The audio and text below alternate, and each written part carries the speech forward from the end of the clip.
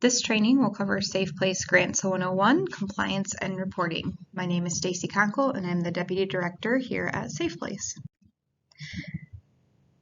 This is a list of acronyms. In our world, there are a lot of them, and it is perfectly fine to not remember them. So that's why we tried to compile a list of the most frequently used acronyms that you might hear at Safe Place. A lot of these have to do specifically with federal and state grants, and you'll see that later on when we talk about funding streams and that type of thing. VOCA is the Victims of Crime Act, which funds a large portion of our direct service programs. DV-COMP is Domestic Violence Comprehensive Services. DVES is Domestic Violence Emergency Shelter. FIPSA is the Family Violence Prevention Services Act. MISHTA is the Michigan State Housing Development Authority. TANF is Temporary Assistance for Needy Families. FEMA is Federal Emergency Management Agency. So starting from DV-COMP through FEMA, those come together to fund the shelter operations quite heavily. So from the shelter advocate position to food, hygiene supplies, the building, things like that, many of those pieces come together to fund the shelter aspect of what we do, where VOCA and then STOP, the VAWA Services Training Officers and Prosecutors grants, fund our programs like legal advocacy, counseling, survivor advocacy, and those types of things. OVW is the Office on Violence Against Women. That is the OVW funds our prevention education program. HUD stands for Department of Housing and Urban Development, which funds our rapid rehousing program where we can pay first month's rent deposit and up to 6 months of rental assistance for survivors. The HTEPP is the Human Trafficking Expansion and Pilot Program grant. We just received this one last year, and we are one of 2 programs in the state to receive this funding for the first time. This funding has allowed us to expand our services to survivors of sex trafficking, as we just added that to our mission in 2020. This allowed us this fiscal year, so October 1st, 2022, to start providing direct services and have the funding for it to survivors of sex trafficking. DVS-PTB is the Domestic Violence Prevention and Treatment Board. DVS is the Division of Victim Services. So when we talk about our funders at Safe Place and refer to the big board or DVS, those are the 2 that we're usually referring to. And they're who we work with to basically facilitate our grant. So from applying for grants to receiving the funding to navigating getting money from our grants and to compliance, reporting, those kinds of things. That is who we work with to ensure that we're doing what we're supposed to be doing, that survivors' needs are being met, and that we're reporting and responding in the appropriate ways. They are also who tend to dictate changes. So when we have changes in reporting requirements for Empowered EB or our database, when we have changes in requirements around documents and things like that. So a more recent example would be that we no longer can use verbal releases of information. We have to have something in writing, which can be a variety of ways, and I know that's gone over in a different training, but that's kind of where those requirements come down from, are the board and Division of Victim Services. And then VAWA stands for Violence Against Women's Act. Funding for Safe Place. So for fiscal year 2023, which runs October 1st, 2022 to September 30th, 2023, our operating budget stands at $1,463,161. These are approximate, but a good way to kind of easily break down our funding is that it's 70% federal and state grants, so 70% from a lot of those acronyms we just went over, 15% from local foundations, and 15% from fundraising and donations. For this current fiscal year, these are the breakdowns of our funding allocations from our large funders. So DV Comp, which funds portions of our shelter advocate position and our CEO, is at just over 105,000. DVES, that funds portions of the shelter advocates and the shelter manager, is just over 72,000.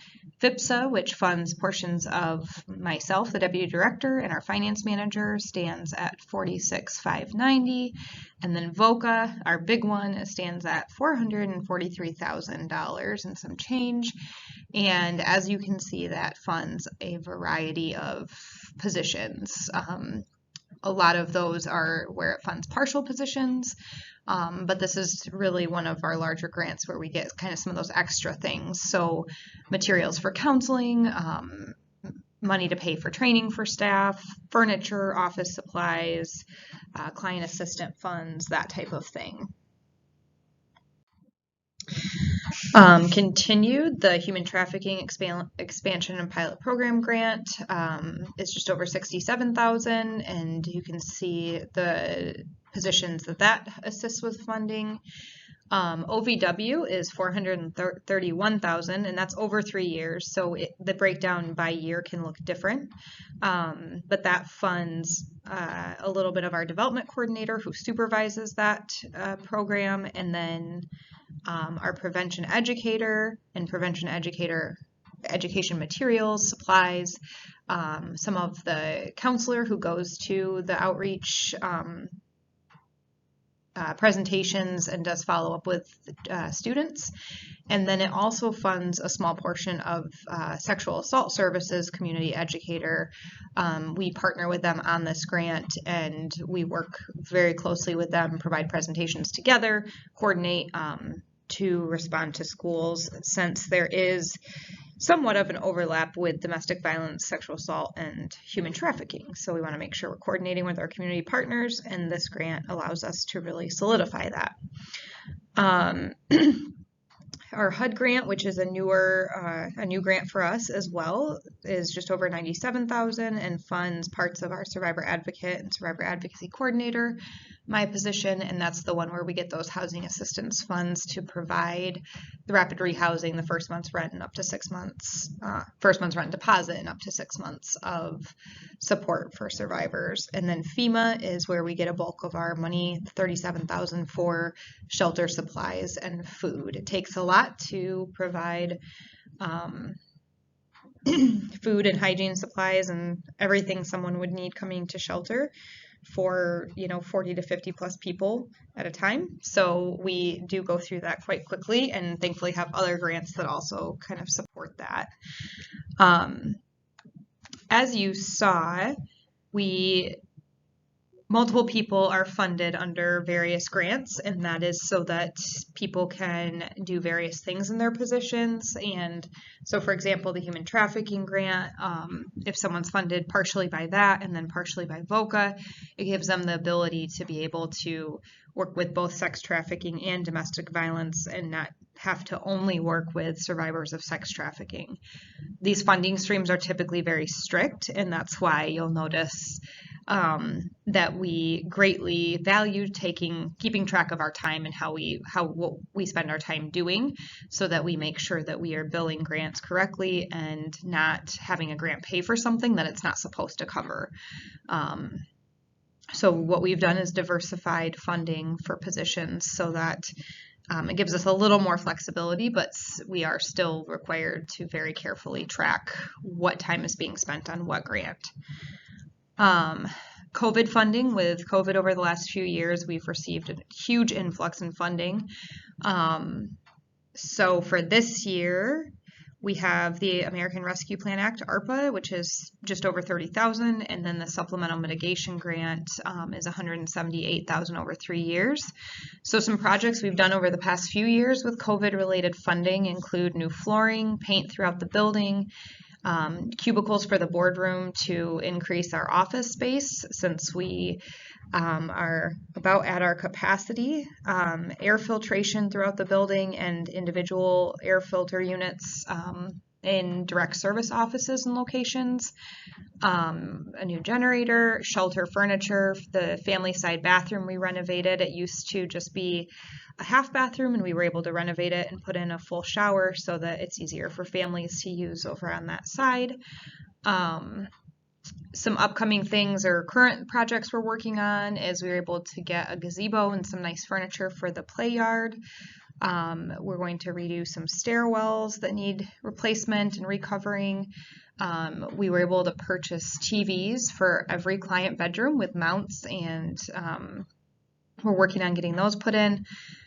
New toilets and bathroom fixtures, and many more things to come. So a lot of the COVID-related funding for projects has to be ways to increase health and safety and minimize communal living spaces. So, example, the TVs we could justify because that will support survivors in watching TV in their own room and not always congregating in the living spaces in large groups to watch something.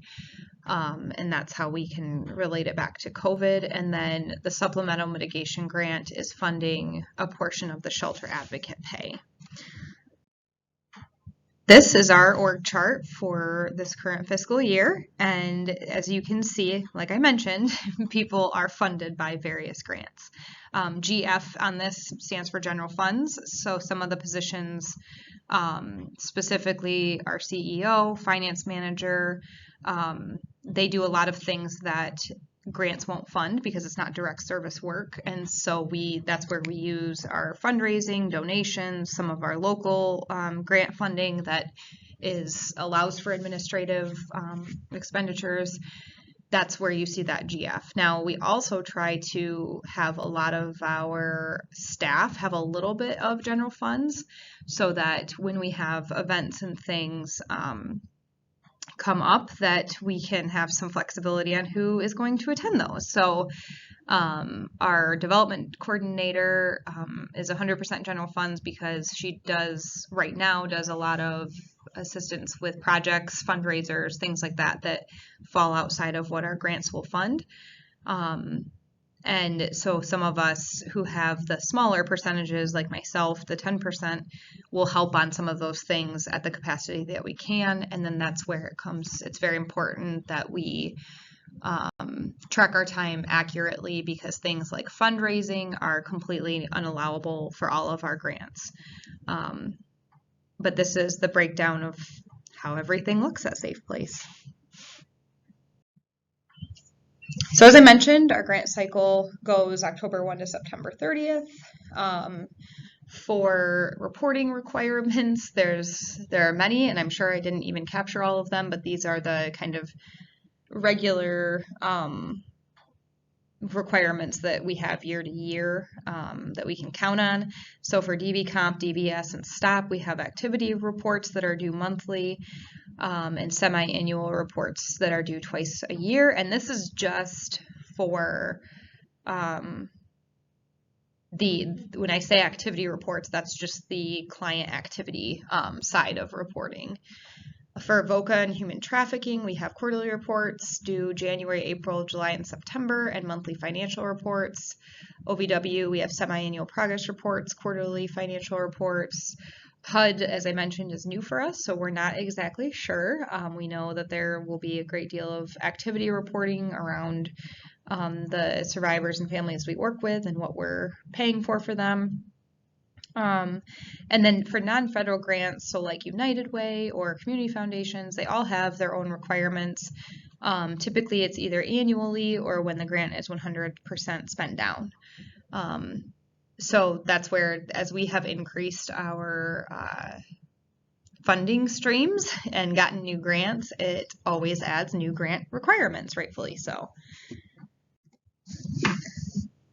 Activity reporting. So when we report on what we do as far as client services, a lot of what we are covering and providing information on is the number of clients we serve in various programs, number of clients we turn away, our shelter bed usage, really all of the activities and the things that we ask you to record in our database, that all in one way or another ends up getting reported in a grant report. So some grants will ask, how many times was crisis intervention provided to a survivor, or how many times did you pay for something for the survivor? So that's why when we ask you to record all of these things and say if it wasn't documented, it wasn't done, that's where this comes into play. We have to be able to show our funders the amazing work that our team is doing by keeping track of everything that we do. So we can say, here's how many clients we helped, here's how many times we did this, because these are all things we do every single day. Every staff member does, every direct service staff member does, and we want to make sure that we are reporting as accurately as possible to show the need. We have steadily been increasing our numbers and our programming for years now, and it's widely in the reason we've been able to get more grant dollars is because we've been able to prove it by having things documented in a way that demonstrates that the increase in need. We also utilize client feedback surveys. If you know me or get to know me, you'll know I'm always reminding people to get surveys filled out. It's 3 questions, very easy. It's asking for feedback on if they felt supported by the advocates, if they had an increased knowledge on available resources, and an increased knowledge on safety planning options. So it takes a survivor maybe 20-30 seconds to complete it. But the more that we have filled out, good or bad, the better we're able to, again, show the value of the work that we do to our funders and provide that feedback for them that the grant dollars are being put to good use. But also we use that for making decisions on our services or getting feedback. There's also a spot where they can leave a comment, and we take comments very seriously, good or bad. We track those every single month and review them, and if there are comments about ways to improve or ideas, we take those to the team and look at what we can do there.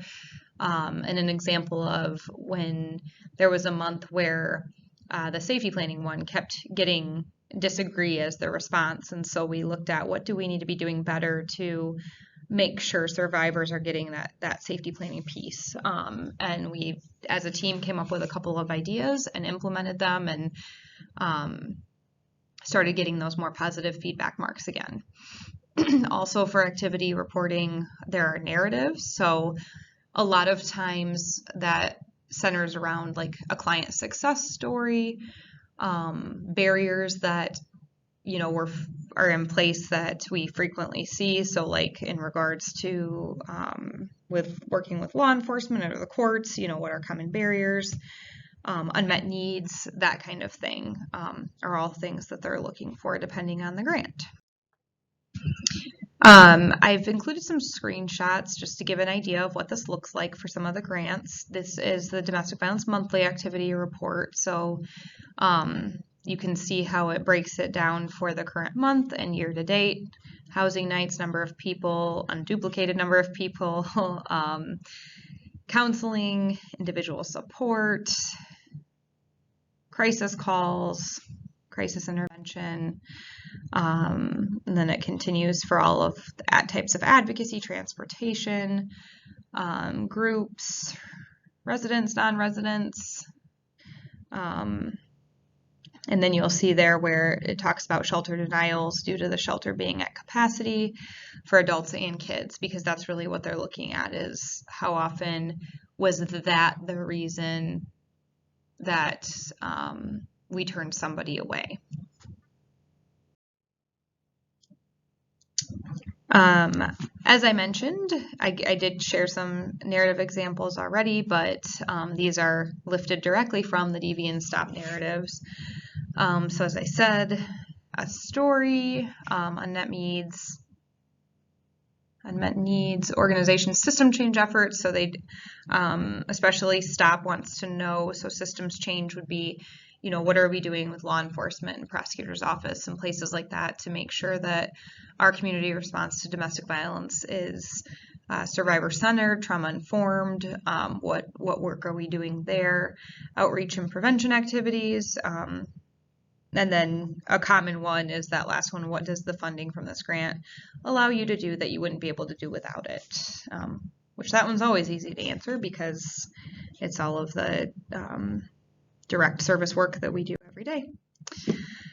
This is from the semi-annual report. So again, same grant that I showed the activity, the monthly one. This is in addition to all those monthly reports, what they want to know every 6 months, and it's more broken down by demographics of our clients. It does cover also our outreach and education and public awareness events. And then you'll see there where our survey responses are. And the more we have to track and give feedback on, the better. I'm going to touch on financial reports. That is not my area of expertise, but just to give kind of an overview. As I mentioned, we all have timesheets, including our volunteers, to break down the tracking of our activities, reimbursements, mileage, things like that. Those are so important because, as I've mentioned, but will continue to mention, that it's key to make sure that what we're paying people to do is allowable under the grant that funds them. Requisition forms we use to document which grant to bill to, and then we have to have a receipt showing the items were purchased and that we did not pay tax for them. Being a 501c3 nonprofit, we do not pay tax. There's always a either like an application or some method we have to follow to receive tax exempt status from whatever place we're shopping at. But the grants will not reimburse tax because we should not be paying tax. So anytime we give something out to a client, even if it's something we've already purchased, such as we provide cell phones and personal security items and whatnot, we have a requisition form filled out for those items to show line by line how grant funds are being spent and when they're being used. There are allowability requirements. So each grant has a list of allowable activities and what can and cannot be billed to the grant. And I'll share a screenshot of that. But it's very intense. It's very lengthy for each grant, and each grant is different. So it is very complicated. It's not anything one person could ever remember off the top of their head. So that's why we have these processes in place, such as the requisition form, to show, okay, here's what we need. Do we have a grant that it gives us that chance to review the grants, look at, does the grant allow for it? And then in addition, did we put that in the budget for the grant? Is that a line item in our grant? Because also, even if it's allowable by the grant, you have to make sure that it was also something you included in your budget when you wrote the grant. So that's why sometimes when staff make requests for items, it's not that administrative staff don't see the urgency or importance in getting that to the survivor quickly. Is that there are steps we have to follow and review before we make those decisions and determine if that's something that we can do. Indirect costs. So most of our grants allow for 10%, it's called 10% de minimis. So an example of de minimis is if you have $10,000 in direct expenses, so salaries, client assistance funds, that kind of thing. You can take 10% of that, which would be $1,000, and put that towards general overhead costs that are required to keep the agency running, but not specific to one program. So for us, because everything is under one roof at S.A.F.E Place, other than our legal advocacy office in Eaton County, but thankfully we don't pay the bills there, so that helps us. But so for like our electric bill, our water bill, those types of things that we could not designate to one service area in S.A.F.E Place, so we can't just say, it's 60% the shelter and 40% other or that kind of thing, that there's no real way to break it down. That's where those indirect costs allow for that 10% de minimis to go towards those expenditures. Even with that typically does not cost or does not cover all of the costs that we have of indirect costs for the agency. But it is nice that those grants allow for that to help with those costs that can't be billed to the grant directly. This is a screenshot of one of the allowability charts. So as you can see, this breaks it down by the grant type. Now keep in mind, we don't get all of these grants, so some of them do not apply to us. But so this is just looking at not even a full page of the client assistance allowabilities. And how, there's a lot of discrepancies between yes and no for each of these. And then even if you look at car repairs, that, okay, for VOCA, it's yes, but it has to be emergency repairs related to victimization. So where another grant might allow for us to provide a repair, that they had a flat tire. VOCA is saying yes if the flat tire is because the abuser slashed their tire. So it has to be for VOCA related to their victimization as a victim of crime. And then you can see even for that one, then there's additional information. The FPSA grant requires that grantees should have an established policy in place to make these funds available to all participants to ensure that grant funds are not exhausted or depleted in a singular use. So that's just kind of an extra piece of where there's an additional requirement for our finance manager to remember for if we were going to use funds for car repairs from FPSA. And if you're ever interested in seeing the entire thing, just ask one of us that we get a new, as you can see too, they update it every single year. So things can also change. So things that used to be allowable last year might not be allowable this year. So we always consult this chart to make sure that if we're using grant funds, it's something that is allowable to be charged. And another thing to take into consideration is some of them have requirements where it can be allowable, but we have to get approval. So for example, sometimes for some of the grants, if the car repair or whatever we're paying for is over $300, we might have to email that to our grant analyst to get that approval. So just an additional step where we as an agency have to get approval as well. For non-federal grant funds, these are foundations and places that we have received or do receive money from. We aren't currently getting funding from all of these places. Some are foundations that you can only ask every few years or that type of thing. But United Way, it's called Basic Needs Grant that supports a lot of like the shelter and food and basic needs, as it says. Post-Consumer Brands has been an ongoing supporter of our children's program. The Miller Foundation is one of those rare ones that will go towards this funding the CEO, development coordinator, and finance manager, those positions that grants typically do not allow for funding or only allow a small portion. The Battle Creek Community Foundation, Marshall and Albion Community Foundations, the Felposh Foundation supports us every year, so does Zanetti. Vinda Foundation, Mary Kay, TJ Maxx, Macy's, Fifth Third Bank, Honor Credit Union typically supports us, and there are many, many more that support us on a pretty regular basis. These are just some of the larger ones.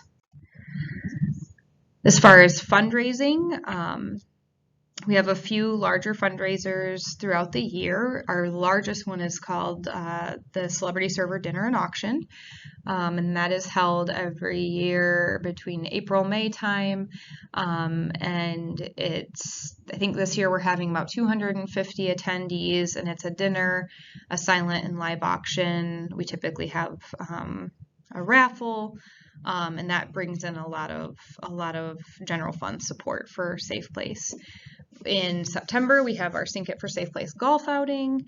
October is Domestic Violence Awareness Month, and we'll do some like smaller fundraisers during October. Typically, we try to do more awareness during that.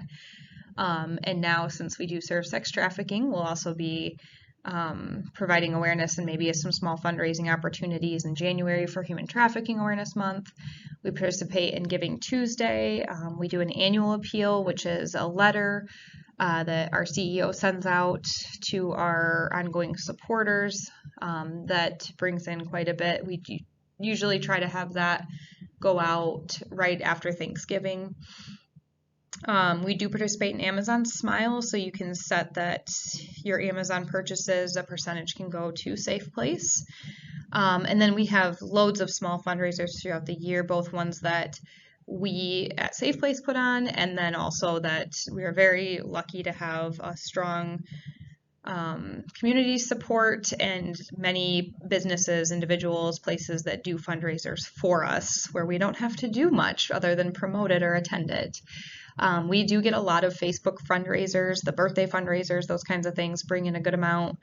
We also do our own Facebook fundraisers for items like if we're running low on diapers for the shelter clients, we might put that out on Facebook with the option to donate, and we get a pretty good response typically. Plumeria, a flower shop, does fundraiser for us. A couple local breweries, Handmap and Territorial. Sweetwater's Donut did a donut for us. So it's really fun to see the community get creative on ways to support us. We do group presentations to raise money as well, both educate the community and raise money. These are some pretty typical ones that we get invited to. The Marshall Philanthropic Circle, the Rotary Clubs in this area, Women of Impact, and many local churches. So we'll often get invited to come present on the work that S.A.F.E does, kind of the prevalence of domestic violence and human trafficking in our communities, and then with the option to make an ask at the end for folks to donate. And again, another area where we're very lucky that we typically have a pretty strong response. Donations at S.A.F.E. So as far as financial donations, we typically bring in between $50,000 and $60,000 a year. We do have a monthly giving program, and our CEO sends out a newsletter quarterly and gives updates and things like that. So there are a lot of options for donors and followers to stay engaged with us and decide if they want to do, a one-time donation or a recurring donation, that type of thing. We do have a text to donate option. We have QR codes. We have many ways that if we're out in the community, we can provide quick ways for people to be able to donate, make it convenient. We also track, and you'll hear more about this, but in-kind donations. So those are those things that folks donate that have value but are not money. And that equals about $70,000 worth. And common ones of in-kind donations include hygiene supplies, food, paper products, back-to-school supplies, toys, beddings, towels, pillows, etc. So that is why we record the value of items when people donate them, because we can technically, that counts towards our overall donations. And what we bring in. And some grants have match requirements and things like that that require us to have a certain number of in-kind donations or volunteer hours or whatnot to contribute to the work that we're doing. So it's very important that we track them, and we rely heavily on our in-kind donations. When we get calls for donations, I always tell people, we provide everything, like go through your house on a daily basis, and everything you use, from food to your bedding to cleaning supplies to diapers for your kids to pacifiers or school supplies, that's what we provide to our clients. And so we go through a lot when we have 40 to 50 people in shelter at a time. But we are very lucky to never really have to, for those basic need items, we typically have what we need or can get it by asking for donations.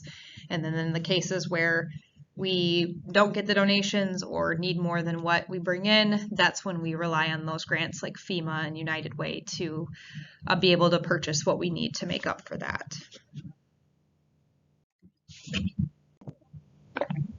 Another area that relates to funding, compliance, reporting, all those good things, is our quality assurance standards. So the Michigan Domestic and Sexual Violence Prevention and Treatment Board, the big board, as I mentioned before, is legislatively mandated to review organizations that they provide funding to who are providing services to survivors.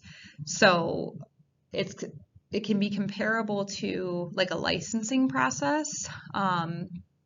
That type of thing for a bit, for like a child care agency, they have to go through licensing through the state. we go through these quality assurance reviews to make sure that we're doing what we should be doing and ethically, legally, following what we should be following to serve survivors and their kids. So it alternates between what's called a standards review, which is the more in-depth review that I'll go over further, and then a contract review. So for example, we had our last standards review June of 2020, and we're waiting to hear when our next one will be. And then since we had that a couple of years ago, then we were due for the smaller review, the contract review, and that is coming up for us at this moment in December of 2022.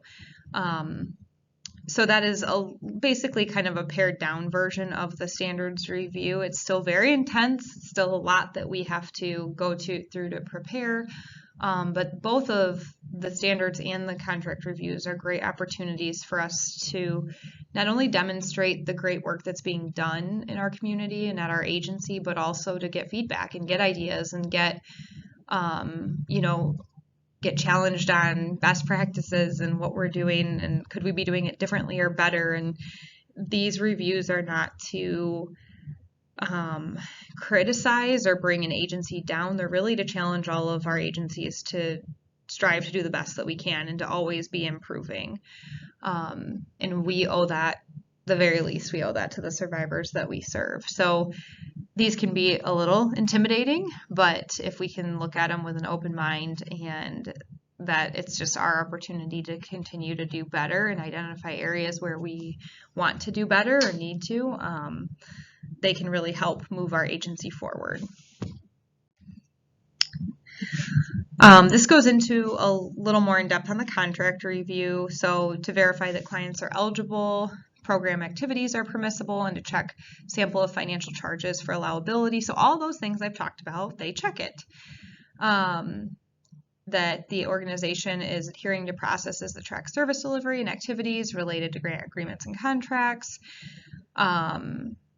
And that all of our activities and reporting and documentation are consistent with service plans, signed agreements, and the grant agreement, and that we are following our approved service delivery budget. So again, even if something is allowable by a grant, if you don't have it in your approved budget, that doesn't mean that you can just purchase that item. So that's an example of things they look for at that contract review. They review case records, personnel records, volunteer records, financials, and other submitted materials such as blank copies of like all of our client documents, things that clients might come in contact with. And then they also tour all our facilities. So they tour the Safe Place, the shelter facility with all of our programming offices. They tour our legal advocacy office in Eaton County. And again, give feedback on what are we doing well at, where could we do better, ideas for us to keep improving as an agency. The standards review, as I mentioned, is the much more in-depth, there's a lot more time spent on it, that really takes a deep dive at like every single thing our agency does. So on a standards review, it is, whereas with a contractor review, it's typically some staff from the Division of Victim Services. The standards review is a combination of staff from the Division of Victim Services, but then also peers. So peers including individuals from other agencies that do work similar to us in the state of Michigan. So for example, I'm a peer reviewer, so I sit on some of these teams to go to other agencies and review the work that they're doing. And I love doing that both to engage with other agencies, but also to get ideas for Safe Place. So it really is people who, for the most part, are still doing or recently have done the work themselves, and they understand the challenges that come with operating an agency such as ours. And they can give some really helpful feedback and ideas. So they look at policies, procedures, documents, logs, anything that we have documented, client files, including our EmpowerDB database documentation, personnel and volunteer files, all of our service numbers. They'll look at our bed usage. So you have X amount of beds, but you're only using up this percentage. Why was that? Was it because you had a lot of families that only had one child, so that all the other beds in that room weren't being used? They really dive into all of that. Or are we maximizing, the facility and space that we have? They look at financial reports, our financial audits. They conduct interviews with staff, volunteers, community members, and board members. They send out a community partner survey to agencies and places that we work with and get feedback. So for instance, sexual assault services, Summit Point, law enforcement, prosecutor's office, all those places that we work with on a fairly regular basis, they send out a survey to get feedback from them on how we're doing, on our visibility in the community, things like that. Then again, they tour both facilities, Safe Place Shelter and their legal advocacy office in Eaton, and check for safety inspection requirements. They look for outlets, covers being on the outlets. They look for safety concerns. But then they also look at the overall feel, like, do we have artwork? Is the building welcoming? Is it inviting? Those kinds of things. There are various sections to the standards review, and this I think gives a good idea of the depth of what they look at for the agency. So section A is policy and governance. This is really looking at our policies and our board governance. So they kind of evaluate, talk with our board, look at the role of the board. Are things clear? Is the purpose of our agency clear? Is it compatible with their philosophy? Do we meet the need? As it says, and it's looking at organizations' policies and governance, foundation of organizational self-definition and self-regulation. So this helps to make sure that our organization will do all of these things, that we will follow, that we're going to do what we say we're going to do, basically, and that our board is involved and engaged in that work. Section B is financial management. So this is where they look at our financial resources being prudently used. There is accounting of how resources are used. There's public disclosure that we're, participating in our audits and up to date on things, meeting deadlines, all of those types of things. Records are maintained, all of that.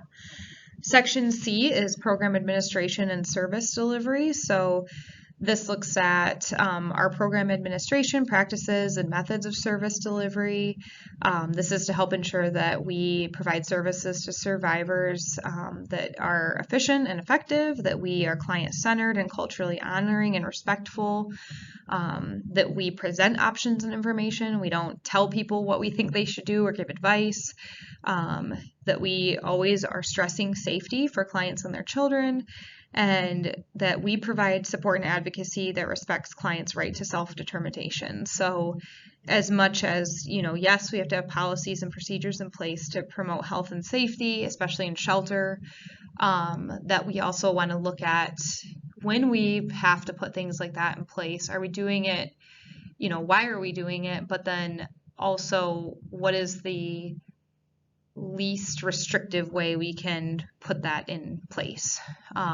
And so those are great opportunities where we might be challenged to think about, well, you do this way, you have daily commitments, and let's think about this, and are there other ways that we can do that? And areas like that are things that we always are having an ongoing open dialogue at Safe Place as a team, and getting feedback and trying new things, because it really is finding that balance of providing a safe, healing environment and making sure that, people aren't re-traumatized or that kind of thing, but also supporting survivors and meeting them where they're at and making sure that least restrictive. They will look at transitional supportive housing. So we have not had that in the past, but They will review if you have housing programs, and now we have HUD funding, that the programs that we have assist clients in achieving housing stability, using flexible funding and voluntary supportive services, that we help clients obtain safe, affordable housing, that we're engaging landlords and community partners, stressing safety and meeting those contract requirements. Section D is staff and volunteer management. So it addresses policies and practices regarding our staff and volunteers, making sure that we're employing qualified persons who create an ethical, supportive, and secure environment for survivors and their families, that we recruit and maintain a diverse staff who are qualified to work with individuals seeking support and assistance, that we represent the community and geographic area that we serve, that our staff are trained and highly motivated, and that we have policies in place that clearly define the roles, and that they're equitable and meet legal requirements related to management. Section E is community engagement and fund development. So this looks at policies, procedures, and practices relevant to communications, community education, community relationships, fund development, prevention, public awareness, public disclosure. They're looking at, are we accountable to the community that we serve? Do we inform the community about the cause, implications, prevention, and work with survivors to promote healing and well-being? That we encourage and participate in cooperative relationships with individuals and community organizations in order to support the clients that we work with, and that do we attain sufficient and diversified funding support to operate our current programs and plans for future needs. So, are we too heavily reliant on federal and state funding? Have we engaged different potential funders that in our community, in the area that we are located? How do we reach individual donors? They really break it down and look at kind of each area that we could possibly receive funding from. Section F looks at systems change work. So looking at our efforts to ensure that community systems used by survivors and their families during crisis respond effectively and sensitively to their needs. So systems such as criminal justice, civil justice, medical and healthcare, mental health, children's services, educational systems, culturally specific, faith-based, and social services. So as you'll hear in probably many other trainings, we do a lot of work around this of how can we collaborate with other agencies and providers and systems to promote trauma-informed, client-centered community response. And sometimes that is educating or advocating for our survivors, because systems can re-traumatize victims. And it's our role to be proactive and identify those areas where there's potential risk and do what we can to form relationships and work with those partners on how we can do better as a community. A lot of work goes into systems change because you can't just go into somebody's agency or, go to the local law enforcement and say, hey, we don't like how you're responding to victims, so here's what you need to do differently. That doesn't work.